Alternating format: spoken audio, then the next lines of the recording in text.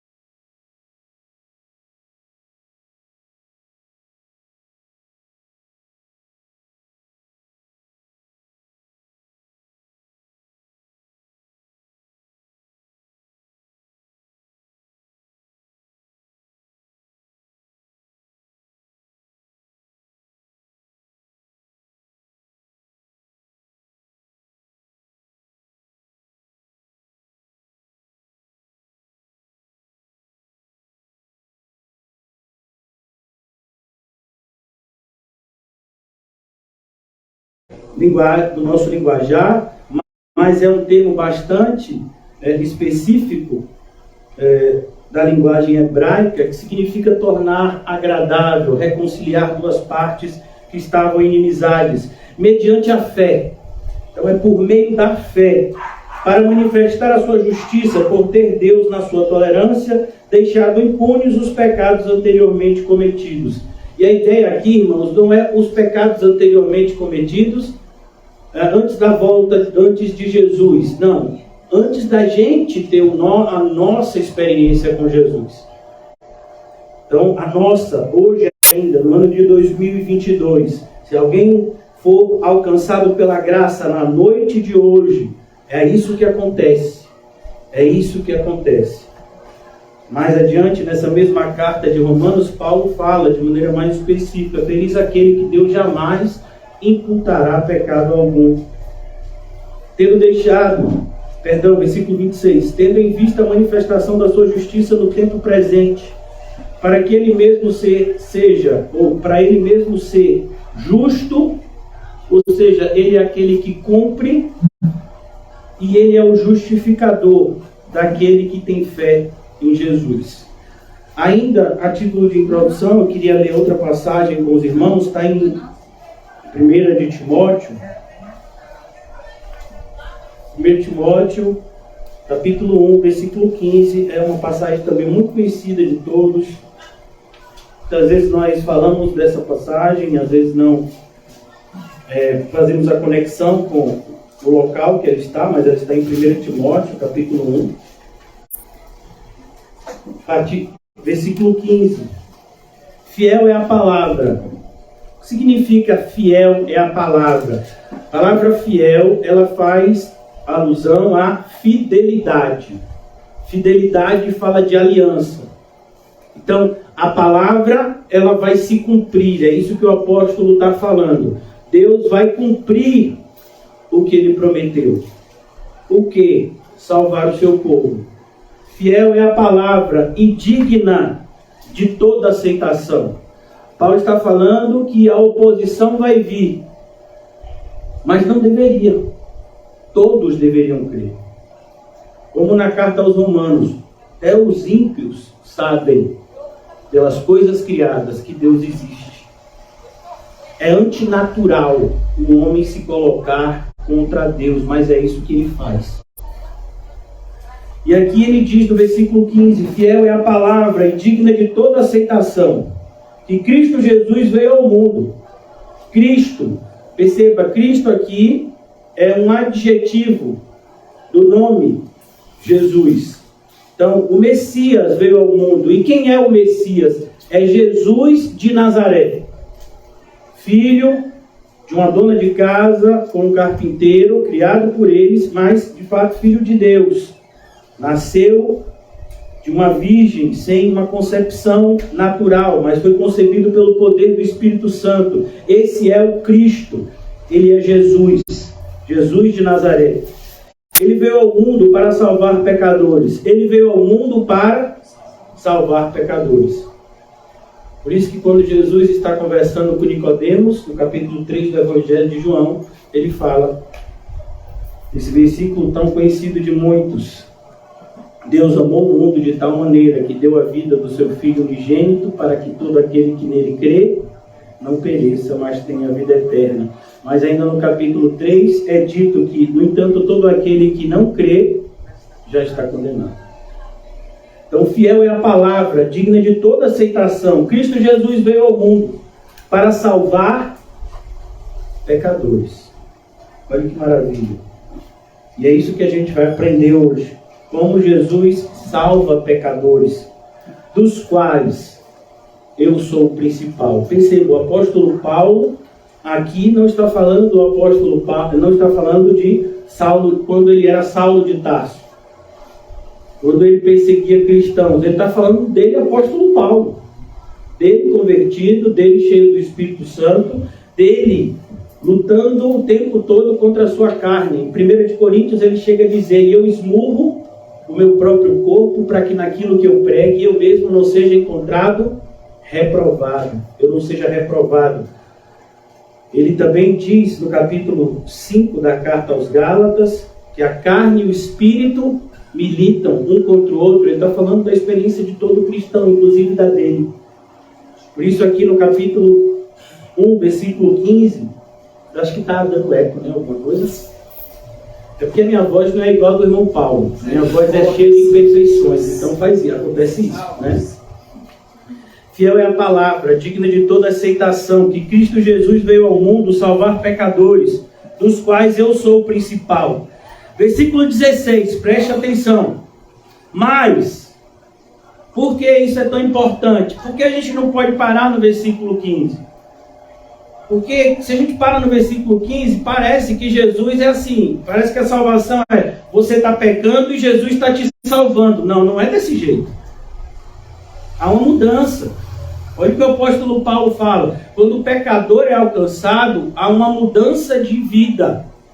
Mas por essa mesma razão me foi concedida misericórdia, para que em mim o principal, e aqui a ideia mais uma vez é: eu sou o maior pecador que eu conheço. Por quê? Porque a maioria dos pecados dos crentes são praticados na mente. A gente luta e a gente consegue muitas vezes deixar de praticar atos que antes a gente não fazia.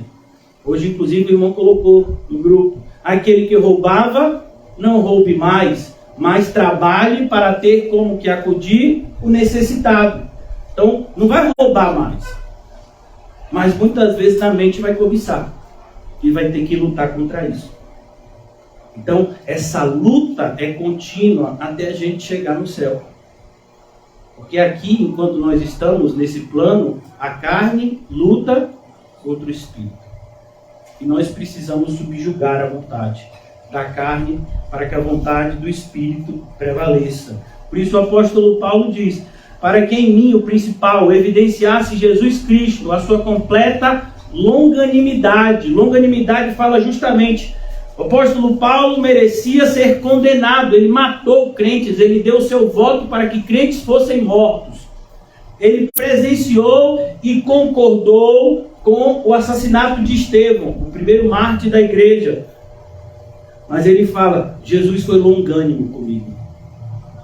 Ele não só me perdoou, como ele me dá o privilégio de ser instrumento dele na vida de outros. Longanimidade. E servisse eu de modelo. Olha como é que a salvação acontece. Aquele que antes era modelo, a gente vai ver isso inclusive na vida do ladrão da cruz. Aquele que antes era modelo de coisa errada, agora passa a ser modelo daquilo que é certo. Jesus disse no capítulo 5 de Mateus que nós fomos chamados para ser a luz do mundo e o sal da terra. Então é preciso que o crente ele tenha responsabilidade. Se de fato ele foi alcançado pela graça, a graça dá a esse crente responsabilidade com os privilégios que lhe foram dados. E servisse eu de modelo a quantos hão de crer nele para a vida eterna. Então, quando as pessoas queriam ver Jesus, elas tinham uma experiência com Jesus por meio da vida dos seus discípulos. Eles viam como os seus discípulos viviam e eles então entendiam como Jesus viveu na presença dos seus discípulos e disse que ele deveria ensinar, que eles deveriam ensinar esse tipo de vida a outros. O apóstolo Paulo fala a mesma coisa a Timóteo: olha, Timóteo, o que você viu de mim, ensina a outros. E a igreja ela cresce dessa forma. Nós não ensinamos só com a palavra, nós ensinamos com o nosso testemunho também. Tomar conta de ti mesmo e da doutrina. Não só a palavra, o testemunho é tão importante quanto. Para que a palavra não seja lançada de maneira que nos condene, que condene aquele que prega. Assim, ao Rei eterno, imortal, invisível, é lindo essa passagem, né? Até poética. Ao Rei eterno, quem é o Rei eterno, irmãos? Jesus Cristo. Imortal, invisível, Deus único,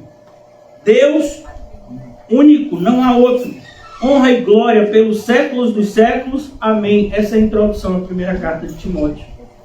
Olha como Paulo coloca. Então hoje eu gostaria de falar com vocês a respeito do que muitas vezes na doutrina, eu tenho de alguns anos para cá, eu tenho gostado menos, né, dessas terminologias teológicas, que elas muitas vezes, na maioria das vezes, mais atrapalham do que ajudam. Mas assim, eu vou falar para vocês a terminologia só para que vocês saibam, quando vocês ouvirem por aí, vocês saberem o que significa. É uma expressão em latim chamada Ordus Salutis, né, que significa ordem de salvação. Então, como é que a salvação se opera na vida do pecador? E eu gostaria de falar sobre isso à luz de um caso prático, que é esse ladrão da cruz. A gente ainda vai falar. Então, como eu disse a vocês, eu quero dividir essa exposição, essa pregação de hoje, em dois momentos. Hoje eu quero apresentar para vocês a Ordus Salutis, tendo como exemplo esse caso daqui que a gente está estudando, que é Lucas 23, 39 a 43, o ladrão da cruz. E, se Deus permitir, no domingo a gente vai falar expositivamente desse caso. Hoje eu queria falar da ordem de salvação, para que a gente entendesse o que aconteceu com a gente. Eu quero acreditar que todos aqui são salvos, né? Deixe ter esperança. Então, a começar de mim, eu quero ter esperança. Então, olha que coisa interessante. Versículo 39 de Lucas 23.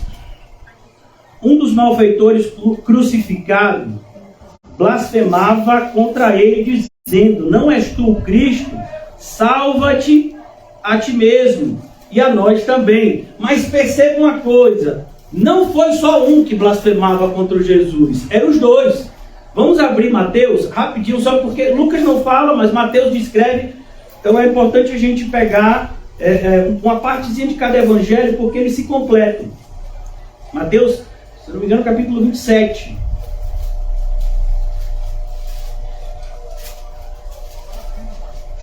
Mateus 27, versículo 47.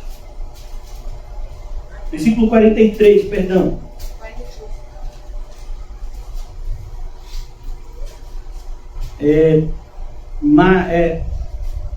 Versículo 38. Versículo 38. Mais adiante um pouco, por favor. Mateus 27, 38. Foram crucificados com ele 2 ladrões, um à sua direita e outro à sua esquerda.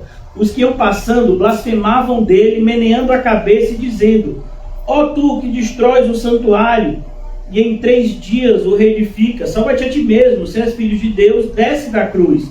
De igual modo, os principais sacerdotes com os escribas e os anciãos, escarnecendo, diziam: salvou os outros, a si mesmo não pode salvar-se? Ó Rei de Israel, desça da cruz e creremos nele. Confiou em Deus, pois venha livrá-lo agora, se de fato lhe quer bem, porque disse: sou filho de Deus. E os mesmos, preste bastante atenção no versículo 44, e os mesmos impropérios lhe diziam também os ladrões. Está no plural ou singular? Se está no plural, e só tinham quantos ladrões? Então os dois falavam impropérios contra Jesus. Por isso que é importante que a gente entenda. A gente vê lá em Lucas, se a gente olhar só o evangelho de Lucas, fica parecendo que só um falava.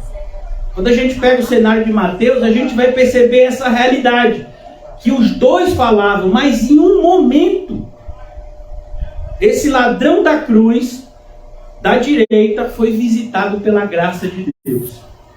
E a sua vida foi transformada lá na cruz. Perceba como há um momento específico na vida do pecador eleito, onde tudo muda. Onde tudo muda. Esse homem era um homem normal, como todos que a gente leu lá em Romanos 3, 23. Todos pecaram e carecem da glória de Deus.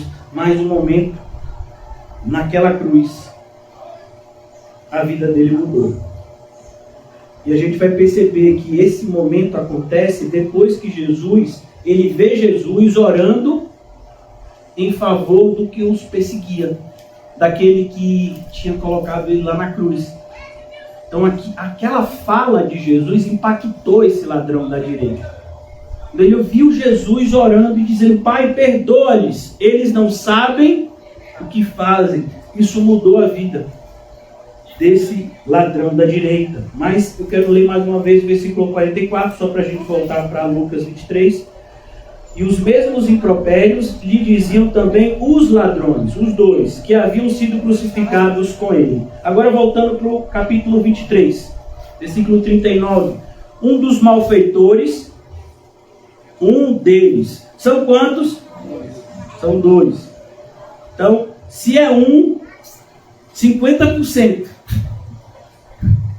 É até uma matemática boa, porque quando a gente vai para a parábola do semeador, é 25%. Em outras, a proporção é ainda menor. Então a gente não tem como precisar. Quem sabe os números exatos são Deus, e glória a Deus por isso. A nós cabe apenas pregar e obedecer fielmente aquilo que nos é ordenado. Versículo 39. Um dos malfeitores crucificados blasfemava contra ele, dizendo: não és tu o Cristo? Salva-te a ti mesmo e a nós também. Então esse homem, ele tinha essa visão limitada que muitos evangélicos têm hoje. Ó Deus, se você me ama de verdade, se tu és Deus, então me tira desse problema que eu estou envolvido. Se é uma doença terminal, me cura. Se é um problema financeiro, me ajuda a pagar as dívidas.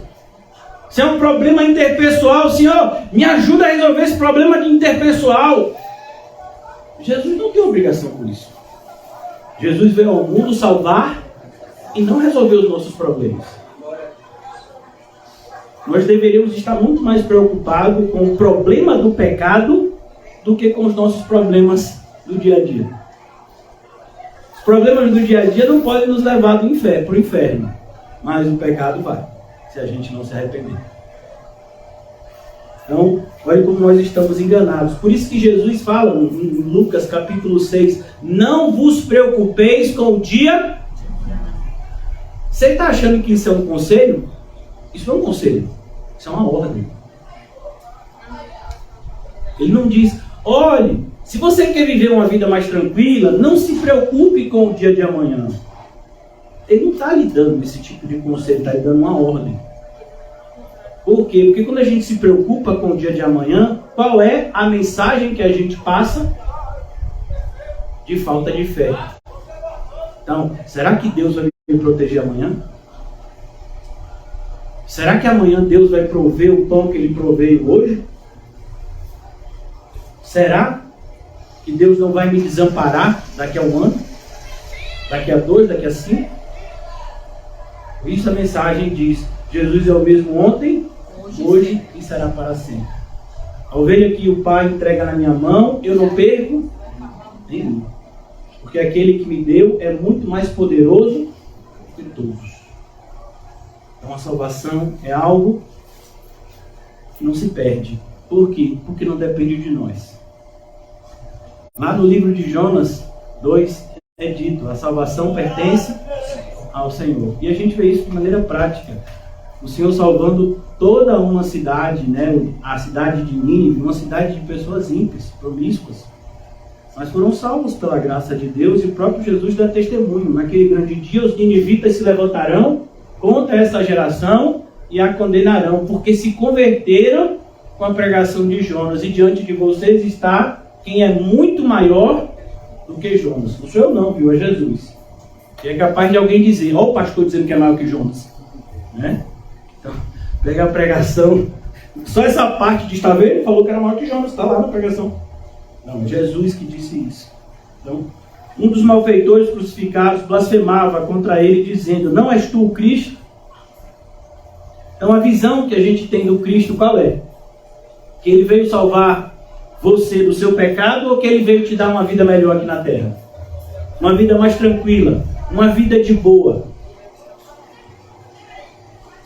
Uma vida onde, né, a gente faz assim no gênio da lâmpada. Minhas filhas eram menores, elas ensinaram uma peça na escola de Aladim. A gente faz assim no gênio da lâmpada e faz um pedido, mas eu vou preso.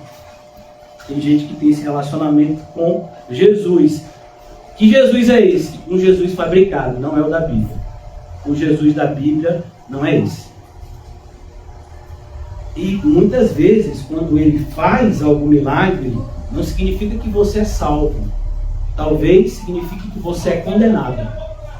Ele visitou as 2 cidades onde ele operou mais milagres. Vocês podem me dizer quais são? Cafarnaum e Betsaida, cidades da Galileia. E ele foi até essas 2 cidades e as confrontou severamente. E disse, ai de ti Cafarnaum, ai de ti Betsaida, porque se em Tiro e em Sidom, se tivessem feito os milagres que foram feitos no meio de ti há muito, teriam se arrependido. Então é preciso que a gente entenda. 10 leprosos foram curados. Quem voltou para agradecer? Mas os 10 foram curados. 10. Jesus não tirou a cura deles. Mas eles não foram salvos. E tem muita gente pensando isso. Que a resolução de um problema é mais importante do que a salvação. A igreja está cheia de pessoas com essa visão equivocada a respeito do Cristo. Eles querem um Cristo milagreiro e não o Cordeiro de Deus que tira o pecado do mundo. Por isso a gente tem que tomar cuidado. Versículo 40. Respondendo-lhe, porém, o outro. Olha que coisa. Jesus está calado aqui, viu? É tão bonito isso, porque quando uma pessoa se converte, meu filho, ela se torna um defensor de Cristo e do Evangelho. Não é o que está escrito em Filipenses? Eu fui levantado em defesa do Evangelho. Então está lá o ladrão da esquerda confrontando Jesus, né, instigando Jesus. E o da direita, que estava igual a ele no começo, mudou. O que foi que aconteceu com esse homem? É o que a gente vai ver hoje, se Deus permitir. O horário, né? Respondendo-lhe, porém, o outro. É que às vezes a gente pensa, né? Respondendo-lhe, porém, Jesus. Não, não foi Jesus que respondeu, não. Foi o ladrão. O outro. E é interessante, né? A arrumação é assim. Jesus está no meio. Aí tem um ladrão na esquerda e tem um da direita. Aí um está falando com o outro. E Jesus está aqui no meio. Que coisa interessante, né? Isso acontece com a gente quando você evangeliza na rua, Jesus está no meio. Você pode não ver, mas ele está lá. Aí as pessoas podem dizer, você é um maluco. Como é que você pensa nisso? Você vai perder isso, você vai perder aquilo. Não, Jesus está lá, ele está vendo. As pessoas da rua muitas vezes estão como esse ladrão da esquerda. Se Jesus é bom mesmo, então ele vai melhorar a minha vida. Então 2023 vai ser tudo novo na minha vida, só glórias. Aleluia. Mas olha a minha vida financeira, tem que melhorar. Minha saúde tem que melhorar, tem que melhorar, tem que melhorar. 2023, ó. Se Jesus é Jesus mesmo, vai ter que melhorar tudo. Essa é a mensagem do falso evangelho. Essa é a mensagem, isso é o que o ladrão da esquerda queria. Não és tu o Cristo? Salva-te a ti mesmo e a nós também. Então, ele não está querendo que Jesus se salve, ele está querendo que Jesus salve a ele e a eles. Respondeu o ladrão da direita, porém o outro repreendeu. Olha que coisa bonita, né? Quando o apóstolo Paulo escreve a Timóteo, ele diz, olha, as pessoas não suportarão a sã doutrina, mas não é por isso que a gente vai deixar de pregar a verdade. Ele estava dizendo mais ou menos assim para Timóteo, ó Timóteo, quanto mais você pregar a verdade, vai chegar o momento em que a igreja que esteve cheia vai esvaziar. Mas não esmoreça, porque os eleitos que tiverem que vir, virão. E os que tiverem que sair, sairão, porque não são eleitos, não são dos nossos. Mas concentre-se no seu papel de pregar a palavra. E ele diz, prega a palavra, quer seja oportuno, quer não. Repreende e exorta com toda a longanimidade e doutrina. É isso que esse ladrão está fazendo. Está repreendendo o outro. Mas quem é você para me repreender? Você é um ladrão, um malfeitor igual a mim. Muitas pessoas podem dizer isso de você e de mim. Por conta do nosso passado, principalmente o meu. Meu passado é terrível. Então quem é você para falar alguma coisa de mim? Vários já me disseram isso na igreja, né? O pastor fala isso porque a vida dele no passado foi assim. Então ele não quer que ninguém seja feliz hoje, né? Então as pessoas gostam de fazer isso. Mas a gente tem que continuar firme. Você sabe quem te chamou? Você sabe o que ele quer que você fale? Então fale. Não mude por causa das pessoas, mas confirme diante das pessoas que você foi mudado por Cristo. Versículo 40. Respondendo-lhe, porém, o outro repreendeu, dizendo, nem ao menos teme a Deus. Olha que coisa bonita. Ele é um ladrão. E a palavra aqui é interessante, viu? Eu sei que vocês, como eu, a gente não entende muito de grego. Mas no grego, para ladrão, existem duas palavras. Tem uma palavra que é a palavra kleptos, de onde vem a palavra kleptomaníaco, né? Aquela pessoa que tem uma mania de pegar as coisas assim, às vezes isso é uma doença. A pessoa nem precisa, tem até pessoas muito ricas que têm esse tipo de enfermidade. Não precisa, ela podia chegar lá no caixa e pagar, ela podia comprar até a loja, se quisesse, mas ela subtrai aquele item, por quê? Porque aquilo é uma doença. Essa palavra kleptos fala dessa questão do furto, de você pegar sem o outro ver, né? Mas tem a palavra que é usada aqui para esses dois ladrões, que eles roubaram mediante violência. Então, foi algo violento. Eles não furtaram, eles roubaram com violência. Eles eram agressores. E esse daqui não tem vergonha de admitir. Olha que coisa bonita. Mesma coisa quando aconteceu com Davi, a ficha caiu. Não precisou outra pessoa escrever um salmo, não. Ele disse, pode deixar que eu escreva. O pecado que eu cometi, eu vou escrever um salmo, dizendo o que foi que eu cometi. A mesma coisa foi Asaf. Olha o que eu cometi, vou escrever aqui para outros que passarem por uma situação parecida. Tomem cuidado para não caírem no mesmo equívoco que eu. E quem cair, saber como se levantar, segundo a graça de Deus. Então aqui o ladrão, ele diz, repreendeu, dizendo, nem ao menos teme a Deus, estando sob igual sentença, nós na verdade com justiça, nós, ó. O outro diz, ei, cala a boca, você está fazendo prova contra você mesmo. Na justiça de hoje, né? Você não é obrigado a produzir prova contra você, então, né? Você tem o direito de permanecer em silêncio. Tudo que você falar pode e será usado contra você no tribunal. Esse daqui está confessando na frente de todo mundo. Olha, nós cometemos o ato que nos fez estar aqui nessa cruz. É assim que uma pessoa demonstra que a graça o alcançou. Como foi que Zaqueu demonstrou que a graça alcançou ele? Eu sou ladrão. Todo aquele que eu defraudei, eu restituirei 4 vezes mais. Ele confessa o pecado dele na frente de todo mundo. Ele está no jantar público. Ele não está no confessionário. Ele não está sozinho com Jesus. Ele fala para todo mundo. Então aqui ele diz, nem ao menos teme a Deus, estando sob igual sentença. E a ideia é, Jesus não merece. Ele não merece estar nessa sentença. A gente merece. É por isso que quando a gente olha quando a gente assiste o filme que foi passado na segunda-feira retrasada e na outra lá em Cosme de Farias, A Paixão de Cristo, nós passamos alguns trechos do filme, aquele sofrimento de Cristo é pra gente. É a gente que devia estar padecendo aquilo, e pior, né? A gente devia estar padecendo pior.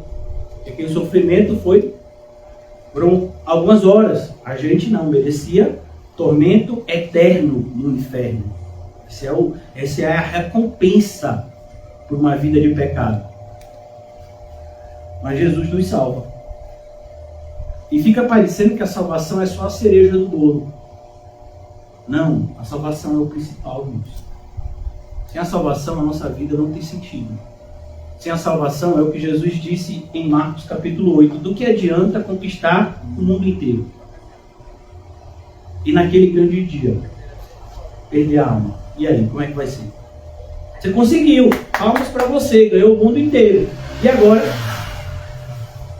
Como é que vai ser? Então ele diz aqui, nós, na verdade, com justiça, porque percebemos o castigo que os nossos atos merecem, mas este nenhum mal fez. Acrescentou Jesus. Jesus, olha que coisa bonita. Ele fala com Jesus, agora de outra forma. E eu acho tão bonito, porque ele sabe que vai ser ouvido, mesmo tendo falado bobagem para Jesus antes. Não é bonito isso? Eu, particularmente, antes de ser alcançado pela graça, eu odiava crente. Mas eu odiava mesmo. Se falar qualquer coisa de crente, você é de perto. Quer contato com o crente. Achava que era tudo louco, fanático e ladrão. Né? Então, quando às vezes a pessoa tem uma impressão dessa, eu entendo. Né? Porque eu já fui assim no passado. Então, aqui, Jesus não leva em conta isso. Você clama por Ele e Ele responde. É muita graça, irmãos. Lembra-te de mim quando vieres no teu reino. Olha o pedido desse homem. É um ladrão. A gente não está falando de um teólogo aqui. A gente não está falando de um levita ou um sacerdote que estudou a lei desde bebê. A gente está falando de um ladrão, de uma pessoa que era malfeitor. Mas a graça, ela tem uma ação completa. Ela faz com que você tenha uma visão correta de Deus e do seu plano. Então aquele homem, ele sabia, esse mundo não tem mais nada para mim. Senhor, eu quero, é o teu reino. E a gente não está falando de uma pessoa comum, a gente está falando de um ladrão, violento. Ele está dizendo, esse mundo não tem mais nada para mim, Senhor. Eu quero fazer parte do teu reino. Mas que audácia, né? Como é que ele faz esse pedido para Jesus? Porque a graça é assim. A graça remove o véu. E a gente vê a face misericordiosa de Deus, a mão estendida do Senhor para aquele que se arrepende. Como o filho pródigo voltando para casa e vendo o seu pai correndo para lhe abraçar. Essa é a graça. Mas só vê a graça aqueles que são, de fato, alcançados por ela, né? Muitas pessoas falam da graça, mas nunca foram alcançadas. Como é que a gente sabe disso? Porque não tem evidência. E eu quero falar um pouquinho daqui a pouco com vocês, só para a gente fechar. Esse ladrão, ele repreendeu primeiro o outro e depois fala com Jesus. É assim que acontece. Jesus, lembra-te de mim quando vieres no teu reino. O que é que tinha em cima da cruz de Jesus? Este é o rei. Ele acreditava. E ele acreditava que Jesus não era só o rei dos judeus. Jesus era o rei dos reis. Messias. Aquele que vem para governar, não Israel, não apenas os judeus, mas o universo inteiro. Pois ele é o Criador de tudo. Como é que começa o Evangelho de João? No princípio era o Verbo estava com Deus, o Verbo era Deus. Tudo foi criado por ele, nada foi criado. Esse é o nosso Jesus. Esse é o Jesus, aquele que salvou o ladrão da cruz. E acrescentou Jesus, lembra-te de mim quando vieres no teu reino. Jesus lhe respondeu, em verdade te digo, daqui a 1000 anos. Não? Não é assim não? Na sua Bíblia não está assim? Não. Em verdade te digo que hoje, e cuidado, porque a Bíblia dos Testemunhos de Jeová tem uma vírgula, viu? Em verdade te digo hoje, estarás comigo no paraíso. Muda todo o significado. E no original não está assim. No original está como a gente lê. Jesus está dizendo, hoje estarás comigo no paraíso. A ideia dos Testemunhos de Jeová é, não, você não vai estar com Jesus no paraíso hoje, só depois. Ele falou hoje com esse ladrão, mas só depois é que vai se encontrar, porque os Testemunhos de Jeová acreditam na mesma heresia que os adventistas, no sono da alma. A pessoa morre e fica dormindo, até a ressurreição final, quando todos serão julgados. Isso não é verdade. A Bíblia, é muito triste quando a gente vê textos na Bíblia que a gente não pode explicar plenamente. Por quê? Por causa da nossa limitação. Então eu não posso mudar o texto só porque eu não posso explicar plenamente. E quando eu falo eu, estou falando de todo ser humano, viu? Porque nem toda a Bíblia a gente entende plenamente. Por exemplo, a Trindade. A gente só sabe, aceita e crê que Deus é Pai, Filho e Espírito Santo. Que eles são um só Deus, mas cada um é uma pessoa distinta. A gente crê nisso. Mas como é que explica isso? Não tem como explicar. Por isso que Paulo fala, em parte conhecemos. Quando é que a gente vai entender isso plenamente? Na glória. Que é como se a gente quisesse colocar o oceano inteiro num copo de 200 ml. Consegue? Então tem coisas que a gente não vai poder. É como, por exemplo, a Bíblia diz, morreu, vai para o céu ou para o inferno. Já vai ou para um lugar de alegria ou para um lugar de tormento. Então, mas pastor, não tem a ressurreição final e o juízo final? Tem também. Então como é? Irmãos, para explicar de uma maneira que a gente entenda, é mais ou menos assim. É como se existisse uma antessala do céu e uma antessala do inferno. Pastor, então é desse jeito? Irmão, não estou dizendo que é desse jeito. Estou dizendo que é para a gente entender. Morreu, já é. Ou alegria eterna, ou tristeza eterna. Não tem esse sono. Então essas teses são criadas para tentar preencher lacunas que não competem a nós. Onde a Bíblia se cala, a gente se cala. Mas quando a Bíblia fala, a gente fala e afirma com toda a veemência. Então morreu, já é céu e inferno. Cabe ao homem morrer uma única vez. E aí vem o sono? Segue-se o juízo. Jesus conta uma história que muitos dizem que é uma parábola. A gente não sabe se é uma parábola ou uma história. Por quê? Porque nenhuma parábola Jesus dá nome aos personagens da parábola. E nessa história de Lucas 16, que muitos chamam, né, da parábola de Rico e Lázaro, Jesus dá nome a um deles, que é Lázaro. E ele diz, Lázaro morreu e foi no céu. O rico morreu e foi no inferno. Então a gente tem isso bem claro. Por isso que é importante que o cristão entenda. Ah, eu quero que você me explique. O universo tem 100 bilhões de anos ou o universo tem apenas 5, 6 mil anos? Eu não sei. Não sei te dizer. Deus sabe. Então, essas questões, elas não são importantes para nós.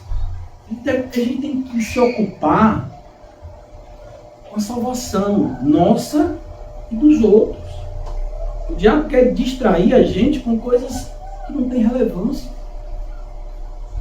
Por isso que o apóstolo Paulo, qual é a direção que o apóstolo Paulo tinha e passava? Eu faço de tudo para com todos, para, se possível, eu faço questão de dizer que não sei nada a não ser Cristo e esse. Você acha que Paulo não sabia argumentar? Você acha que Paulo não tinha um dom de argumentação? Como fariseu, que estudou os pés de Gamaliel, mas ele não fazia uso disso. Ele apresentava Cristo de maneira simples, para as pessoas entenderem. É assim que a gente tem que fazer também. Esse ladrão, ele viu uma frase de Jesus: Pai, perdoa-lhes, eles não sabem o que fazem. E mudou tudo. E agora eu quero falar com vocês o que está acontecendo com esse homem. Eu trouxe aqui, são, na verdade, 6 pontos que acontecem dentro e 3 que acontecem fora. Então, como eu disse a vocês, toda salvação é única e toda salvação é igual.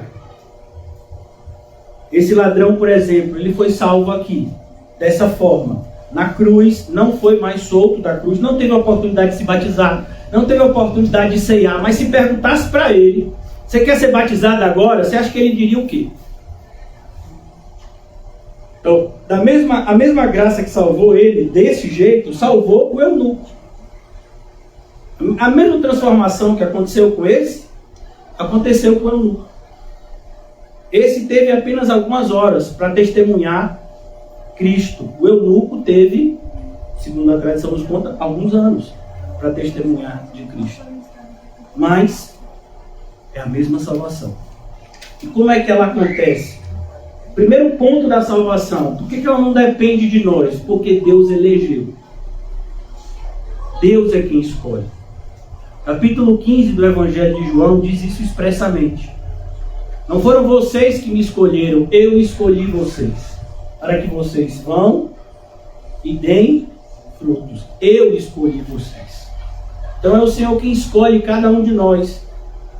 Por isso é que nós não deveríamos ter nenhum tipo de orgulho. Como às vezes a gente costuma ouvir, né? Se você tem algum parente, ente, né, querido, algum conhecido, que de repente é inclinado a uma teologia não bíblica, ele vai dizer, não, mas eu dei lugar a Deus. Por isso que ele fez o que fez. Eu dei lugar.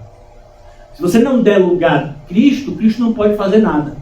Uma vez eu já ouvi uma pregação assim. Só tem uma pessoa que pode impedir o plano de Deus na sua vida. É você. Ô, irmão, se eu pudesse impedir o plano de Deus na minha vida, eu já tinha impedido. Por quê? Porque essa é a natureza do homem. O homem nasce assim. A gente nasce em uma atitude de rebelião contra Deus. Mas Deus escolheu de antemão. E eu queria ler com vocês, né, rapidamente, Romanos, capítulo 8. Tem muitas outras passagens. Às vezes tem gente que diz, só Romanos 8. Não, tem muitas outras, né? Mas Romanos 8 é bom porque tem uma organização, né? E nos ajuda. Principalmente eu, que não sou uma pessoa muito inteligente, quando tem uma parte assim mais organizada, me ajuda a raciocinar. Capítulo 8 de Romanos.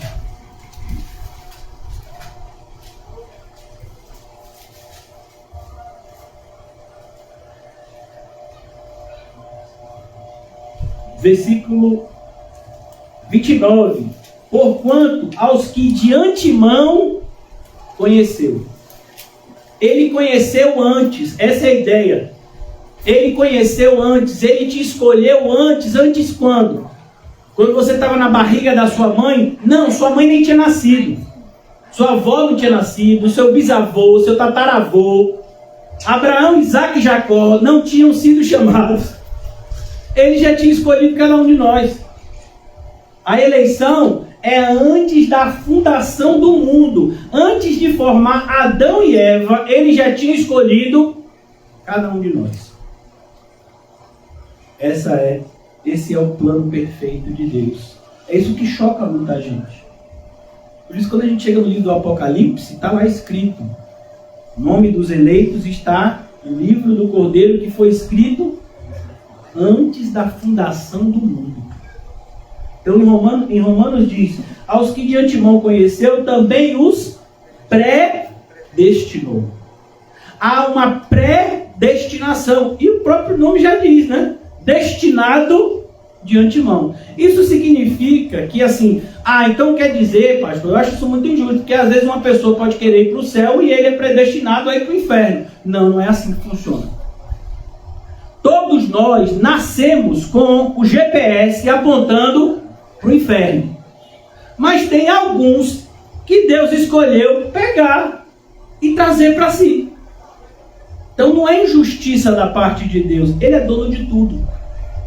Como está escrito mais adiante em Romanos: eu sou o dono do vaso, todos os vasos são meus. Se eu escolho salvar alguns, problema meu. Quem é tu, ó homem, para contender com o Criador? Jó tentou, viu? E depois pediu perdão. Eu estou falando de uma coisa que eu não faço a mínima ideia. O teu plano de salvação. Então a gente entende porque essas passagens estão na Bíblia, mas a sincronia delas a gente não sabe. Mas são partes específicas na vida de todo eleito. A primeira delas é saber que ele é um eleito. Saber que não foi porque ele correu mais do que os outros, mas porque Cristo o resgatou. Foi a misericórdia. Isso é imperativo para quê? Para que a gente não se canse de fazer o bem. Por quê? Porque Jesus não se cansou de fazer o bem para a gente. Se ele tivesse cansado, a gente iria para o inferno. Se a pessoa chegar um dia, Jesus olhar para você e para mim dizer: cansei de te disciplinar. Te disciplinei tanto. Você era meu filho, mas a partir de hoje eu estou te desfiliando. Graças a Deus não tem isso na Bíblia. Quem é filho, é filho. E vai ser, se não obedecer, disciplinado. Mas não esqueça, a gente tem o Espírito Santo. E, sem sombra de dúvidas, irmãos, a maior disciplina para um eleito de Deus é a tristeza que o Espírito Santo coloca no coração do pecador quando ele peca. Pergunte a Davi a tristeza que ele sentiu. Por isso que Paulo fala literalmente desse sofrimento segundo Deus, essa tristeza que leva ao arrependimento. Então aqui no versículo 29, aos que de antemão conheceu, também os predestinou para serem conformes à imagem de seu Filho. Então, a predestinação, irmãos, não é assim: ele escolheu a gente para ser salvo, então a gente vai ser salvo de qualquer jeito. Não. Tem coisas que acontecerão na vida do salvo que evidenciarão que ele é salvo. Não é por acaso que Jesus diz: a árvore boa produz o bom fruto. É salvo? Você vai ver pelo fruto. Mas será, Jesus, que a árvore boa não pode produzir um fruto mau? Não, não pode.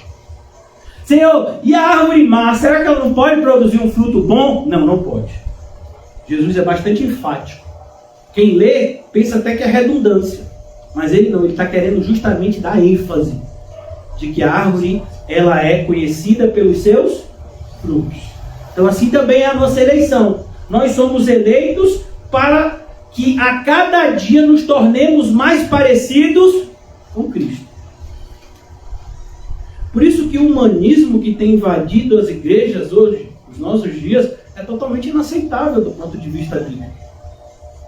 Um humanismo que passa a mão na cabeça do pecador, fazendo com que ele se sinta à vontade em uma vida longe da cruz, é totalmente sem sentido. Por quê? Porque vai resultar em condenação e não em salvação. Esse pecador pode passar a vida inteira na igreja, pode ter ministérios da igreja, se ele não carregou a cruz, se ele não segue os passos que Jesus instituiu, ele não é dele. As minhas ovelhas ouvem a minha voz e me seguem. Então aqui no capítulo 8, ele diz no versículo 30, e é como diria, né, Martin Lloyd Jones, ele fala sobre esse texto, e ele diz que aqui é uma espécie, né, de elos inquebráveis. E aos que de antemão predestinou, a estes também chamou. E aqui é o segundo passo. Primeiro há uma eleição. Você conhece que você foi eleito. E um momento da sua vida, você é chamado. Esse chamado é diferente. Existem dois chamados. Existe o chamado geral. Então você prega, quer seja oportuno, quer não. Como é que Jesus diz no Evangelho? Pregue a toda criatura. Então a gente prega a toda criatura. Mas é todos que nos ouvem que serão salvos? Não, infelizmente. Então, a própria parábola do semeador diz que a gente sai a semear. Mas somente um tipo de solo é que vai germinar e dar frutos. Então aqui no versículo, no capítulo 30, no versículo 30, nós vemos essa segunda parte do plano de salvação do Senhor. Como Jesus salva um pecador, chamando ele, de maneira eficaz. E o chamado eficaz acontece com a junção de um efeito externo, que é o quê? A pregação da palavra. E a pregação da palavra pode ser por meio, né, oral, alguém pregando para você. No caso do ladrão da cruz, ele ouviu do próprio Jesus, né, a frase que é o resumo do que Jesus ensinava. Quando perguntaram a Jesus, qual é o maior de todos os mandamentos? Ama a Deus acima de todas as coisas, é o próximo. Quando Jesus intercede pelos que odiavam a ele está mostrando isso. E aquele ladrão é alcançado. Mas há também pessoas que tiveram a oportunidade de ler a Bíblia e se sentirem atraídas eficazmente pelo Senhor. Então, esse chamado eficaz, ele acontece de dentro para fora. O Espírito Santo mostrando dentro do pecador que Deus existe e é galardoador de todos aqueles que o buscam. Esse é o chamado eficaz. É o chamado irresistível. Por que o chamado é eficaz? A gente não resiste? A gente resiste. Pergunte ao apóstolo Paulo. Foi que ele ouviu de Jesus? Duro é para ti recalcitrares contra os aguilhões. Eu ouço isso também. E às vezes a gente dá umas, né? A gente tenta pegar mais espaço, né? Não, tem que estreitar. Pegar mais espaço atrapalha na obra. Terceira etapa. Olha o que eu disse para vocês. Eu não estou dizendo para vocês isso de maneira cronológica. Então, pastor, quer dizer que a pessoa percebe que é eleito antes de ser chamado? Quase nunca. Primeiro ela é chamada, depois é que ela vai dizer, eu fui chamado porque eu fui eleito.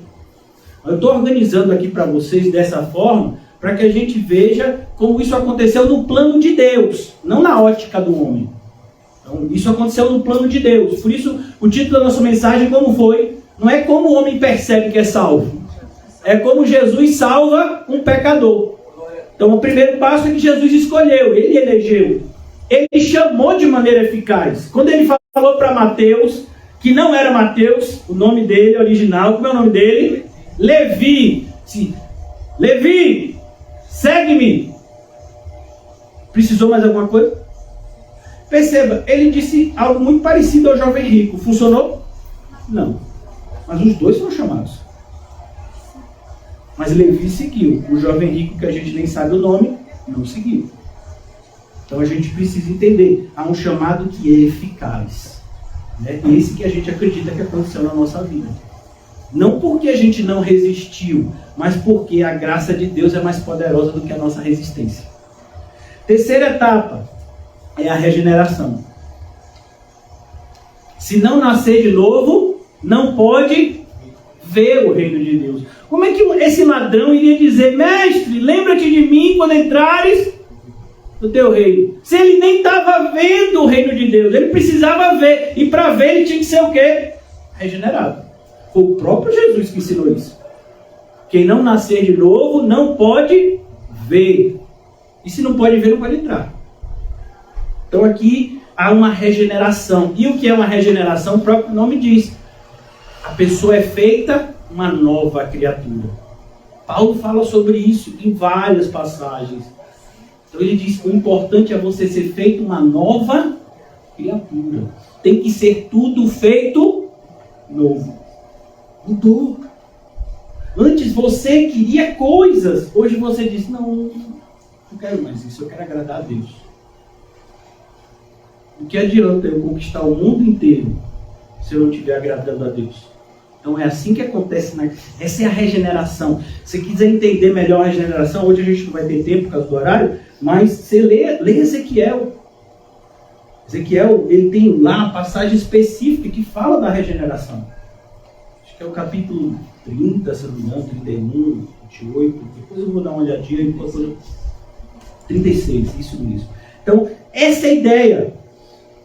Aquilo que antes você gostava, você sente nojo. Por quê? Porque ele vai fazer habitar em você o Espírito. Ele vai tirar o coração de pedra e vai colocar o coração de carne. Então aqui, essa é a regeneração. Eu vou dar uma acelerada para a gente concluir, tá certo? Depois da regeneração, quando você é feito uma criatura, aí a ficha, é o que a gente diz assim, a ficha cai. Então você foi regenerado. O que aconteceu? Você era cego e agora você vê. Aí você vê. Você vê o quê? Eu estou indo para o inferno. Por isso conversão. Conversão fala de mudança de direção. Então todo mundo nasce indo para onde? Para o inferno. Mas como você é regenerado, você vê as chamas do inferno. Inclusive tem uma pregação, uma das pregações mais famosas da história da igreja. É uma pregação de um pastor americano chamado Jonathan Edwards. E é chamada Pecadores da Mão de um Deus Irado. Quando ele fez essa pregação, várias pessoas da igreja tiveram uma visão na igreja, no culto, do céu se abrindo e eles sendo tragados, né, pelo inferno. E houve a partir daquele momento, é o que dizem, um avivamento muito grande naquela região. Quando a pessoa tem consciência de que os atos dele ou dela estão levando eles para a condenação eterna. Então há uma mudança. Não, eu não quero isso para a minha vida. Eu quero ir para o céu. Foi o que esse ladrão disse. Senhor, lembra-te de mim quando entrares no teu reino. Ele está dizendo que merece? Não, ele está confiando no quê? Na misericórdia. Lembra-te, Senhor, de mim quando entrares no teu reino. Há uma conversão. Esse homem que vivia e ansiava pelas coisas do mundo, porque senão ele não seria um ladrão, agora ele está querendo o quê? As coisas do alto. Quando Paulo escreve aos Colossenses, ele disse, já ressuscitamos com Cristo, buscamos as coisas que são do alto.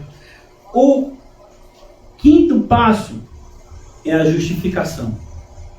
Por quê, irmãos? Porque se você é um convertido, qual vai ser o seu primeiro obstáculo? Qual vai ser a primeira arma de Satanás que ele vai usar contra você? E é de onde se origina o nome Satanás. Diabo significa adversário, mas Satanás quer dizer acusador.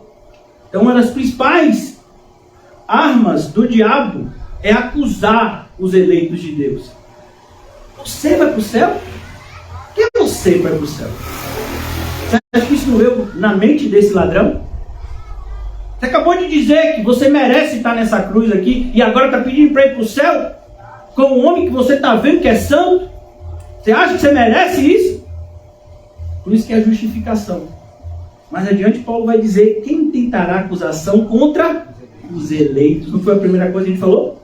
É Deus quem os justifica. Então, ele sabe, o sangue de Cristo os justifica. É por isso que, quando você lê o livro do Peregrino, John Bunyan coloca isso assim de maneira muito primorosa, né? Mostrando como é a nossa jornada numa cidade celestial. A gente começa a jornada, muitas vezes, ainda sentindo fardos pesados nas costas. Já crente. Você fala assim, meu Deus, sou crente. Tem fardos pesados. Aí ele se encontra com Jesus onde? No Calvário. E ele vê que aqueles fardos já foram pagos. Jesus pagou o preço. Ele pagou muito mais. Uma gota do sangue de Jesus pagou muito mais do que todos os nossos pecados. Não porque os nossos pecados não eram graves, todos os nossos pecados são gravíssimos. Não existe pecadinho. Cada pecado é gravíssimo. Mas o sangue de Jesus é mais precioso e mais poderoso do que os nossos pecados. Uma gota do sangue dele já seria o suficiente para remir todos de uma vez por todas, porque ele é Deus. Então, quando o pecador se encontra de fato com Jesus na cruz, morrendo no lugar dele. Por isso que em 2 de Coríntios, Paulo é bem específico. 2 de Coríntios 5:21, aquele que não conheceu o pecado, Deus o tornou pecado, para que nele fôssemos feito justiça. Daí o termo justificados, justiça de Deus. Então, toda vez que o diabo me acusa, eu tenho Cristo. Quem fala muito dessa experiência que ele sofreu é Lutero. Lutero fala de horas e horas que ele passava madrugadas em claro com o diabo, principalmente no dia que ele foi fazer a defesa, né, dos livros que ele escreveu diante das pessoas lá que estavam dizendo que era heresia, né? E ele passou a noite inteira lutando literalmente contra o diabo. Quem é você para falar essas coisas? Você é o quem é você? Você é um pecador miserável. Você ainda pensa isso, você ainda pensa aquilo. Mas não é mais o que a gente quer. Por isso que Paulo fala dessa experiência. O pecado habita em mim, mas eu não quero mais ele. As ideias vêm, mas eu não quero mais fazer isso. Eu clamo para o Senhor para que me ajude a não fazer. Se eu tropeçar, eu vou me levantar, porque eu não quero ficar caído. Deus já me resgatou. E o resgate para comigo não foi em vão. É a justificação que mantém o crente de pé. Ele sabe que o preço foi pago. Uma vez uma repórter entrevistou um pregador que a gente sempre faz menção, né, em inglês, chamado Charles Haddon Spurgeon. Você tem tanta certeza da sua salvação? Querendo, né? De alguma forma, diz assim, você se acha mais santo do que os outros? E diz, porque Jesus investiu demais em mim para me perder no meio do caminho. Então essa é a justificação na vida do eleito. Tome cuidado. Por quê? Porque assim como a gente tem a justificação dos eleitos, o diabo, e eu não vou falar isso hoje, no segundo momento a gente pode até falar, existe a vã esperança, que seria o oposto da justificação. Pessoas que acham que Cristo morreu por elas, quando de fato não morreu. No livro de John Bunyan, ele retrata um homem chamado Ignorância, justamente seguindo essa direção. A gente tem outros também, como hipocrisia, formalismo, pessoas que se predispunham a seguir o caminho, mas não da maneira correta. Então é importante a gente entender, não é porque você conhece essas doutrinas que você é salvo, de forma alguma. Essas doutrinas é só para a gente entender e racionalizar a Bíblia, pois o culto que prestamos ao Senhor é racional. A gente sabe o que a gente está fazendo aqui, a gente sabe para onde a gente está indo. A gente não sabe de tudo, mas a gente sabe tudo o que a gente precisa saber. Não é interessante isso? Eu não sei de tudo, mas eu sei tudo que eu preciso saber para chegar no céu. Nenhuma informação vai me ser oculta daquelas que me levam para o céu. Então, o crente sabe de tudo o que precisa. O que ele não sabe é porque ele não precisa saber. Justamente está na Bíblia, às vezes, para mostrar a nossa pequenez e a grandiosidade de Deus. Não é isso que Deus fala com Jó? Vem cá, Jó, quando eu criei tudo, você estava onde? Quando eu fiz isso, Jó, você estava onde, Jó? Porque agora você está querendo, Jó, que eu te explique o que é que eu estou fazendo, mas eu quero saber, você tem condição de entender? Aí Jó disse, o negócio empenou para o meu lado, vou botar a mão na minha boca, Senhor, o Senhor sabe o que faz, seus planos não podem ser frustrados, falei do que eu não sabia, não falo mais. Concluindo, irmãos, né? Então você foi justificado. Mas aí, se fosse só até aqui, já era maravilhoso, né? Todos os nossos pecados foram pagos. Mas aí a gente tem um Deus que é algo assim fantástico. Por isso que assim, é uma tolice sem tamanho trocar as sublimidades da revelação de Jesus pelas bolotas do mundo. Meu Deus. Vamos imaginar, irmãos, que você tenha hoje 50 milhões de reais na sua conta. E aí? Se você tem 50 milhões de reais na sua conta, isso vai impedir você de morrer? Isso vai impedir você de se decepcionar com alguma coisa? Se você clamar a Deus e dizer, Deus, eu pago 49 milhões para o Senhor me ouvir, eu quero pelo menos ficar com alguma coisa, né? Deus vai se mover porque você ofereceu dinheiro para Ele? Não, Ele vai se sentir ofendido, inclusive. Depois você pergunta a Ananias e Safira que estão no inferno como foi que aconteceu. Mas se você é um cristão que só tem a Cristo, e essa, eu não vou nem usar isso, né? Porque é até louco, só tem a Cristo. Não, você tem a Cristo. Você tem tudo.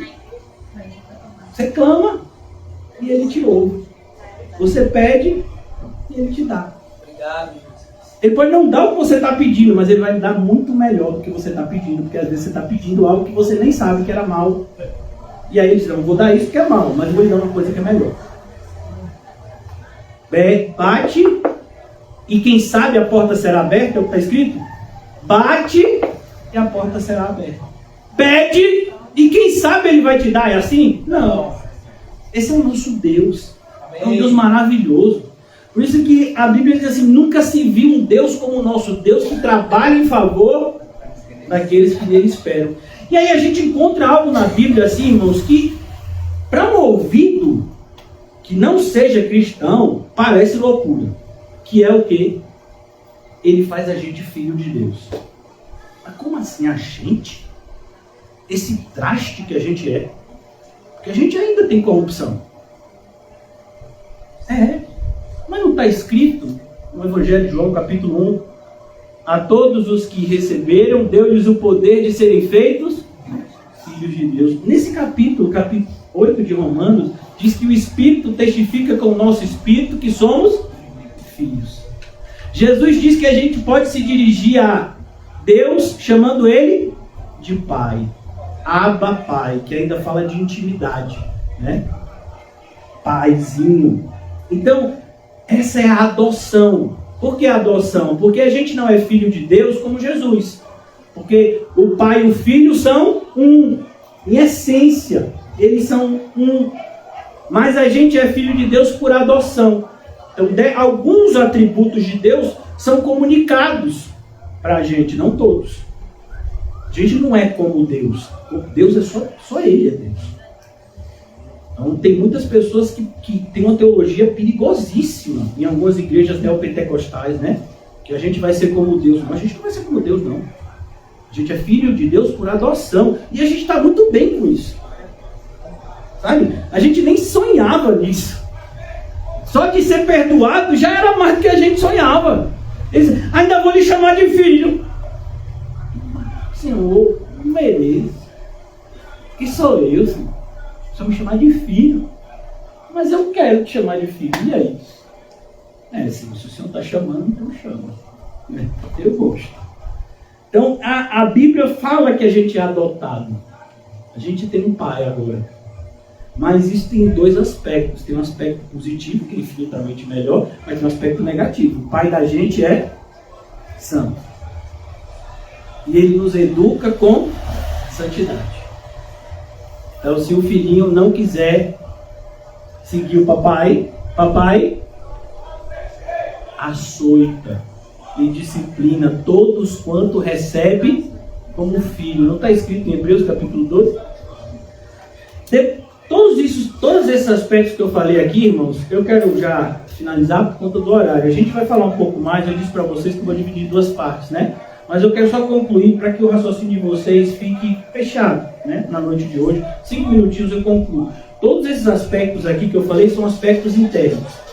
Você que sente, é um pecador, de maneira individual e pessoal, ele sabe. Ele sabe que ele é um eleito, ele sabe que ele foi chamado de maneira irresistível. É a resposta, por exemplo, de Pedro.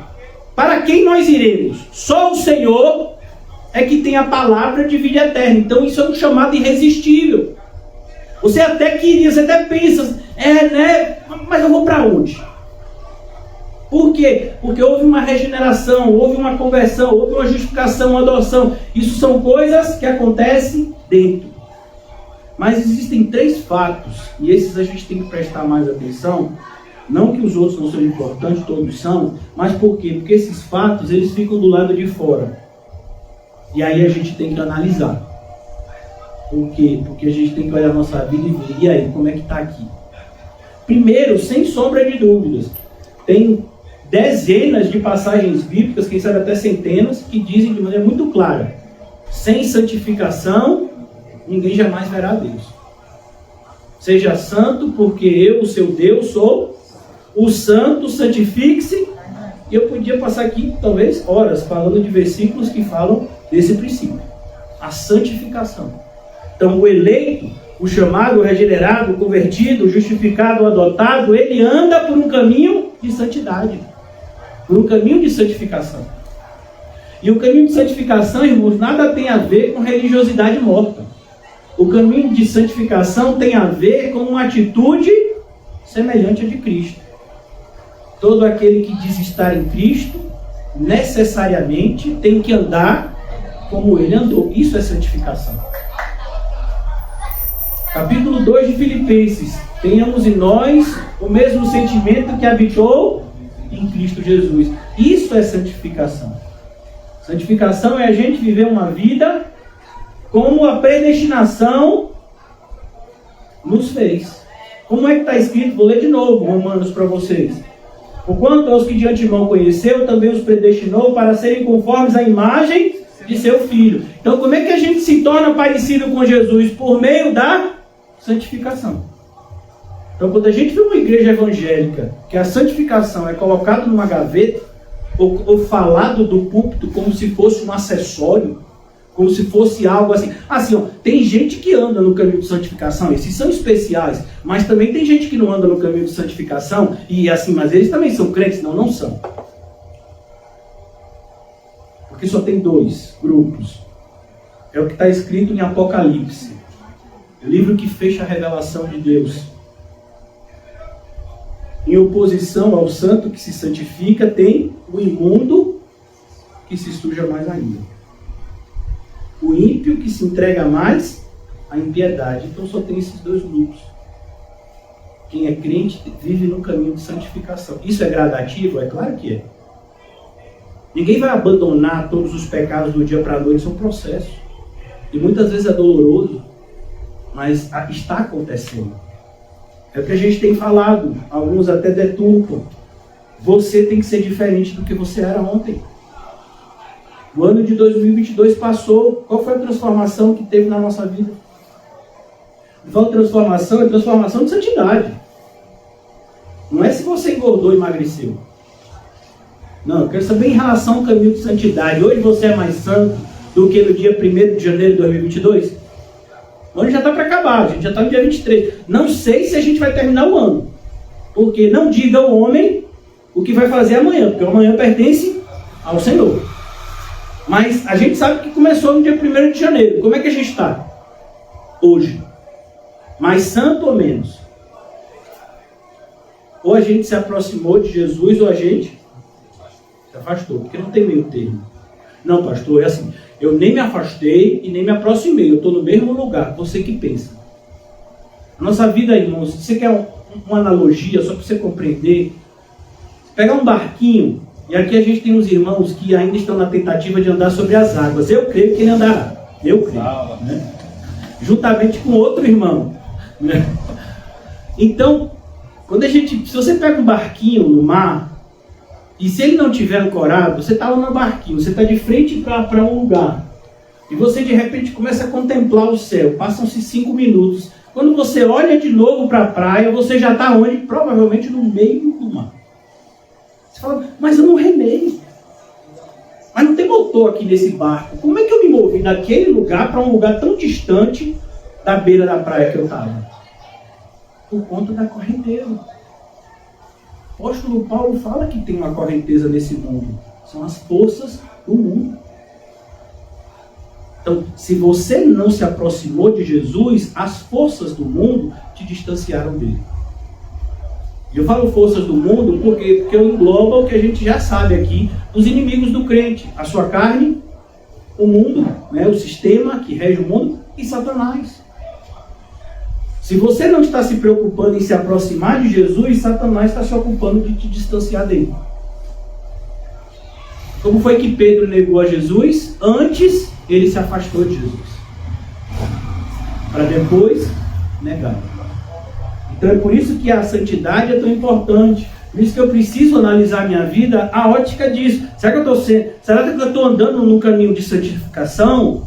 Será que o caminho que eu percorro é esse caminho apertado, onde eu me sinto pressionado de todos os lados? Não é o que Jesus fala no capítulo 7, versículos 13 e 14 de Mateus?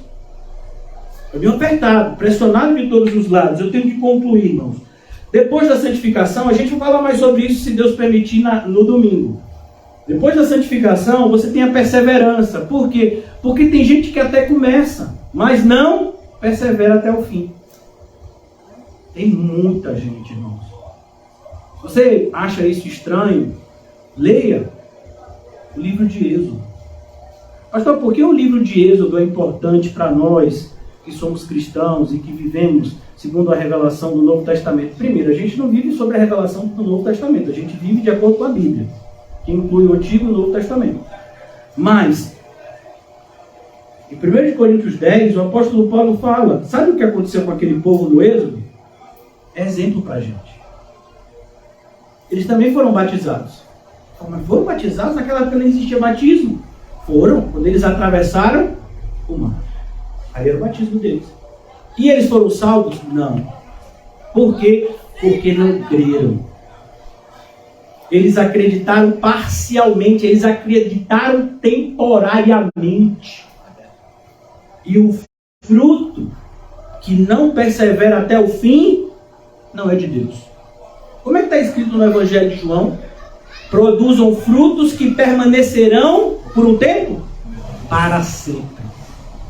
Por isso que essa perseverança, eu sei que eu tenho crido, Ele é poderoso para guardar o meu depósito até aquele grande dia. Esse tipo de perseverança. Você não quer dizer que você não pense em desistir. Você pensa, irmãos. Mas o Espírito Santo que habita em nós é mais poderoso. Você está pensando em desistir, o Espírito Santo diz, e vai para onde?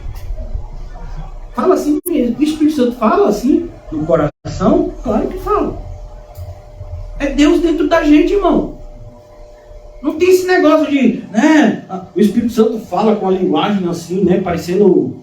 Não. Ele é o consolador, ajudador. E aí, vai para onde? É mesmo? Tá achando que vai, né, Jonas? Vai, você vai para Tarsis, né, Jonas? Eu tô vendo sua passagem. Vai entrar mesmo no barco, Jonas?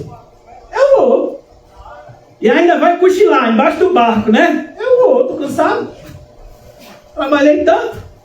Já profetizei tanto. Preciso de férias. Jonas, tá bom, Jonas. Vai achar. Daqui a pouco a tempestade. Você acha que a tempestade acordou Jonas?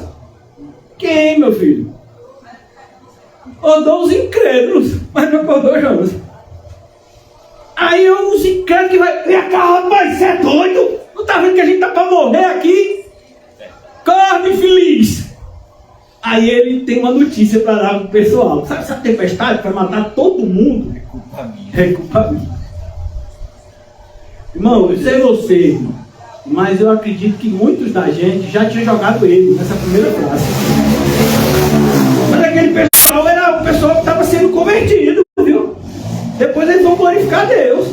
Eles não querem jogar Jonas. Rapaz, se ele é adorador desse Deus que criou o céu e a terra, vai que a gente joga e mata ele e o Deus dele fica mais bravo ainda com a gente.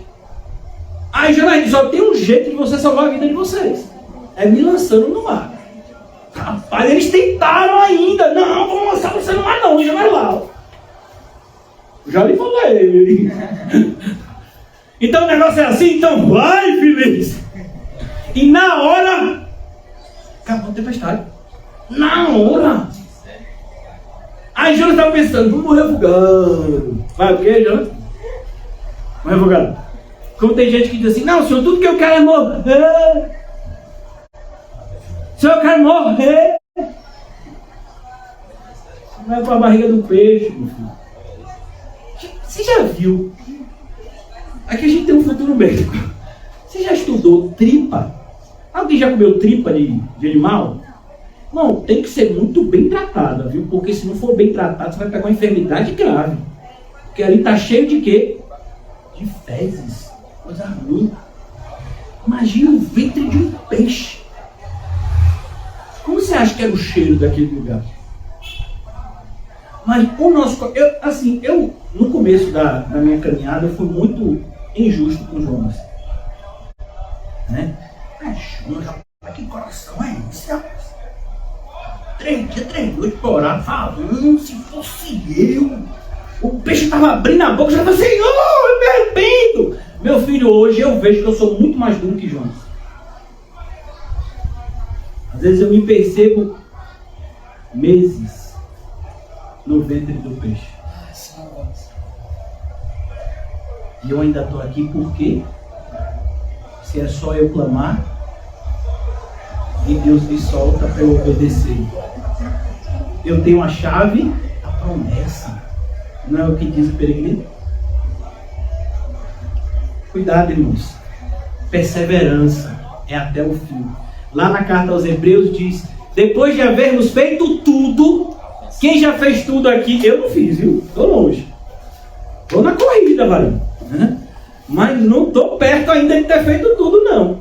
Mas aí, depois de ter feito tudo, é necessário... Não confunda, eu não estou falando que a gente vai fazer para ser salvo de jeito nenhum. É o contrário, a gente faz porque é salvo. Entendeu? Para que não haja má interpretação. Então a perseverança, ela é final. E ela é assim, você está dizendo assim... Eu estou falando que é assim que eu sinto, viu, irmão? Não, você não, sou eu. Eu não vou pecar, Deus. Eu não vou pecar, Deus. Irmãos, o Espírito Santo é tão tranquilo. Vai. E a gente é escandaloso, né? Eu sou escandaloso. Fala a gente, né? Porque eu acho que a gente está no mesmo barco, né? Mas de repente, né? Como disse Paulo, eu sou o pior. Pense numa pessoa escandalosa. Meu filho, eu choro. As meninas, minhas filhas não sabem que eu choro, não. Mas pense num camarada chorão, sou eu. Nem parece, né? Mas choro. Senhor, quer dizer, é desse jeito, Senhor. Ô, Senhor. E vai ser assim, né? Eu faço assim mesmo. Bota a mão aqui mesmo. Assim. Ninguém vê. É eu e Deus, assim. Vocês que estão vendo agora. Ô, meu Deus. Ó, Senhor, eu vou dizer uma coisa. Eu vou fartar. Eu digo, eu dou, né? Já uma predisposição ao problema de coração. Eu vou fartar, Senhor, não vou aguentar, não. Outro dia minha pressão estava aí, estava 17, não sei quanto. E o Espírito Santo vem na calma, irmão. Eu sei que vocês ouvem, eu ouço. Aquietai-vos. Ou escandaloso? Menos. Olhe para o barco. Você está vendo que ele está no barco? Jesus. Você acha que vai afundar? Algum barco já afundou com Jesus? A arca afundou com Deus lá dentro dela? Por que você acha que sua vida vai afundar? Jesus está no barco. Ele está lá. Aquela tempestade é para o nosso bem. Para ver se a gente vira crente. Eu, no meu caso, vocês, né? Estão num patamar já melhor. Eu tô precisando mesmo de um sacode, viu, irmão? Mas tem a última parte que eu vou concluir agora, que é eu vou falar sobre isso no domingo, viu, para os irmãos. Se Deus permitir, eu vou trabalhar um pouquinho mais esse texto no domingo, e mais o que a gente falou, tentar aprofundar mais um pouco, porque hoje o tempo é meio apertado. A glorificação, irmãos. A glorificação é a nossa última etapa. É ter um momento na sua vida e na minha, que a gente vai fechar o olho. Igual que a gente fechou o olho aqui, eu estou de olho fechado. Aí você vai abrir o olho. E a primeira pessoa que você vai ver é Jesus. Você vai estar no céu. Aí não tem mais pecado, não tem mais necessidade, não tem mais dor, não tem mais tristeza. Eu vou falar uma coisa para os irmãos dar um aleluia, não vai ter mais conta a pagar. Aleluia! Não tem cartão de crédito, glória a Deus! Aleluia, Senhor. Porque às vezes a gente diz assim, irmão, não tem pecado, a pessoa fica, né? Não tem cartão de crédito, aleluia! Por quê? Porque o cartão de crédito dói. Nossa. Não é o pecado que dói. O pecado dói. Então a glorificação é a nossa última etapa. Eu queria terminar com uma história assim que me emocionou muito. Eu tinha que ouvir no dia que eu ouvi, e eu preciso ouvir hoje de novo, e por isso vocês vão ouvir também. Alguns anos atrás, a semelhança de hoje está muito pior, né, para mim, mas alguns anos atrás, também numa crise de fé, eu estava lendo um texto, né, um livro cristão, e tinha lá a história de um pastor, um missionário, que ele foi com a sua esposa, né, para um desses países pobres do continente africano. Isso na época, né, décadas atrás. Hoje em dia a gente sabe que o islamismo é muito mais inimigo do cristianismo, né? Hoje mudou muito, a geopolítica do mundo mudou muito nesses últimos 50 anos, 100 anos, né? Antigamente, vamos ajudar a África, eu vou fazer, não, irmãos, hoje o mundo mudou, a gente precisa de uma oração para que o Senhor nos dê sabedoria em relação a algumas coisas. Mas esse senhor, ele tinha passado, né? A sua congregação tinha enviado, ele tinha passado cerca de 50 anos, mais ou menos assim, como missionário. Como ele já estava idoso, e a denominação dele, então, era como acontecia na denominação dele, ele tinha que retornar para casa e outro missionário enviado para poder trabalhar naquele campo missionário. E ele está voltando para casa, isso era muitos anos atrás, né? Ele voltou de navio. E quando ele voltou de navio, ele é missionário e ele é de uma igreja bíblica. Então você acha que ele estava de primeira, segunda ou terceira classe? Terceira classe, claro. E aí ele chegou lá no porto, né? Lá na Inglaterra isso. E é uma história verídica, viu, irmãos? E quando ele olhou assim, tinha uma bandinha, tocando aquelas bandinhas, né, de... Sei como é que chama? Que toca tambone, saxofone.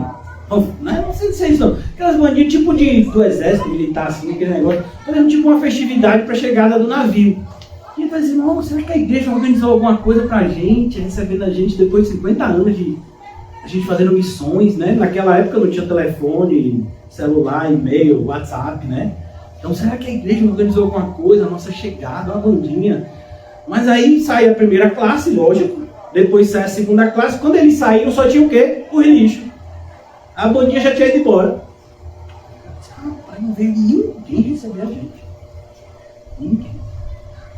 Aí ele voltou para a mesma casa que ele morava. E depois de 50 anos, você acha que aquela casa estava como? As donas de casa aqui, os donos de casa. Toda cheia de teia de areia e os móveis cobertos, né? E ele ficou muito chateado. Aquele homem passou por um momento de crise de fé. Ele virou para a esposa dele e disse, olha, ela já chegou em casa, né, organizando as coisas, e ele disse assim, olha, eu vou sair, eu vou dar uma caminhada, eu preciso organizar minhas ideias, porque eu acho que Deus não está sendo justo com a gente. A esposa não falou nada. Olha a mulher sábia, a diferença. Aí o marido saiu. Ele voltou diferente? Voltou nada, voltou chateado. Passou um tempo caminhando, às vezes a gente pensa, né, que vai dar uma esparecida, que vai melhorar, vai achar. Talvez até pior, você vai encontrar um doido na rua, você vai ver. E aí ele voltou, ele não encontrou nenhum doido na rua não, mas ele voltou triste, né? Ainda com aquilo na cabeça, assim, meu Deus, a gente entrega a vida ao Senhor, e quando a gente volta para casa, é desse jeito que a gente é tratado. Aí ele olhou para a mulher calada, organizando a casa, e uma mulher sábia edifica a casa, né? Aí ele, rapaz, o camarada, eu me senti viu? O camarada provocou a mulher, que estava lá, mulher santa, a mulher daqui de outro, santa. A mulher classe, santa, crente, sem uma murmuração na boca daquela mulher. Eu falei, Deus, aleluia. Eu lembro o texto emocionado com o comportamento da mulher. E me sentindo igualzinho aquele homem feliz.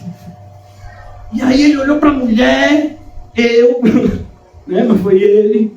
Mas eu me senti no lugar dele. Você não vai dizer nada. Porque assim, uma pessoa que está infeliz não quer o outro também o quê? Feliz. Você está chateado, meu filho? Eu quero todo mundo chateado aqui. É assim mesmo. Vai ter que estar todo mundo de cara fechado. É assim mesmo. E aí ele disse, e vem cá, você não fala nada? Assim? Você tem nada a dizer. Aí eu disse, posso falar uma coisa, mano? A gente ainda não chegou em casa. Aí a ficha caiu, irmãos. Aí ele foi pro quarto pra chorar, pra pedir perdão a Deus. A gente não chega em casa aqui no mundo, não. A gente chega em casa na glória. É verdade. Eu não sei se a gente vai viver 70, 80, 90, 60 anos. Talvez a gente não complete. No meu caso, eu tenho 43, talvez eu não complete 44. Pastor, bate na madeira. Meu filho, pode bater na madeira, no aço. Não vai. Deus sabe todos os dias da nossa vida antes do primeiro. Mas uma coisa a gente tem que saber. Para onde a gente está indo? Para onde a gente está indo? Se a gente está indo para o céu, não importa se a gente morre jovem como Estevão ou idoso como o apóstolo João. Eles foram para o mesmo lugar. Estão lá juntinhos, já batendo mal papo no céu essa altura. Então é isso que a gente tem que pensar. Há uma glória que nos está reservada. E ela é específica para os eleitos. Viu o primeiro ponto? A eleição. Por isso esse ladrão. Senhor, lembra-te de mim quando entrares no teu reino. Lá tem glória, aqui não tem não. Eu nunca vou me sentir em casa nesse mundo, porque eu sou crente. É como, por exemplo, não sei as crianças daqui, né? Mas eu quando eu era menor, porque eu ainda sou pequeno, mas quando eu era menor, eu tinha um negócio com água, eu gostava de ficar na piscina ou praia. Eu ficava tanto tempo na água que a mão engilhava, né? A pele engilhava. Mas assim, a água não é o nosso habitat. Tem um momento que a gente vai ter que sair, ou o pai e a mãe vai tirar a força, né? Para o nosso bem. Por quê? Porque a gente não é aquático. Assim como nós, como cristãos, nós somos seres criados para morar no céu. Por isso que a gente não se sente em casa aqui. Satanás vai tentar nos enganar, tentando produzir um ambiente, né, que seja parecido, mas nunca vai ser. Porque só o céu é como o céu. Então que a gente possa pensar mais no céu.